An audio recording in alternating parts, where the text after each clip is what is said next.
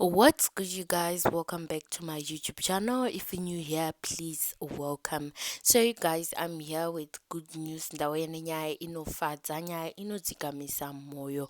If you don't know this lady, she is Tete Mashingo kana kuti Shinhurai weku NB Films. So, Shinhurai is one of the people vakapinda ku NB.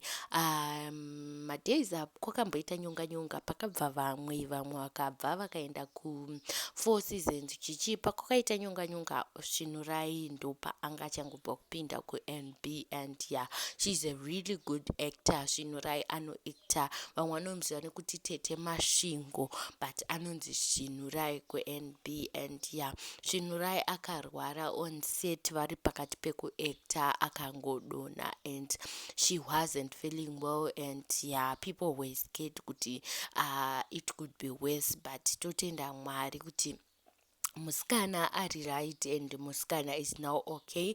And she did a video achitenda achiti ndoda kutenda vanhu vakange vakamira neni, I can't mention names, sekuti vanhu vacho vakandibetsera vakamira neni makawanda. A lot of people showed sympathy, vanhu vakawanda vakaenda vakanomuwisha well. Ndofunga kune vakawandawo vakatoenda vachinomuona. So musikana is now back.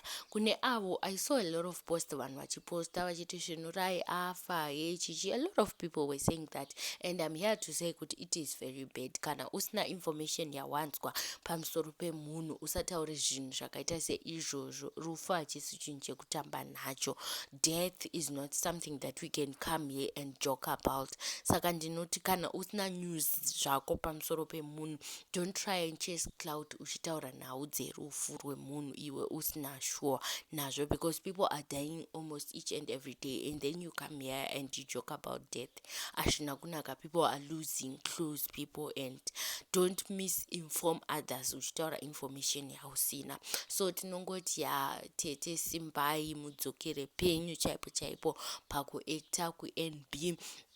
And yeah, munonakidza vanhu vanofara vachikuonai muchiacta muriko, and it's your source of income. Saka porai mudzoserwe munyasha naMwari, and then mudzokere kunoacta. Saka kune avo vanga vasiri kuziva kuti chii changa chiitika, vanga vachingoona mapictures mumastreets achitenderera.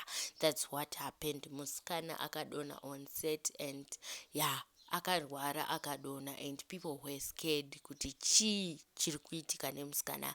But yeah, musikana ave paripo, musikana ave pari right, musikana ave right. So yeah, ndiyo imwe yedzimwe nyaya dzandadai kunofambira mastreets kuti ndiyo ndizokupai update on Shinhurai weku NB or Tete Mashingo. So yeah, Shinhurai Tete Mashingo is okay, very much okay. Kune avo vanokwanisa kuenda kuma inbox ake kana kuti Facebook page rake kuwo kwake vachinoposta, and I munoposta mumuwishe a quick recovery, because recently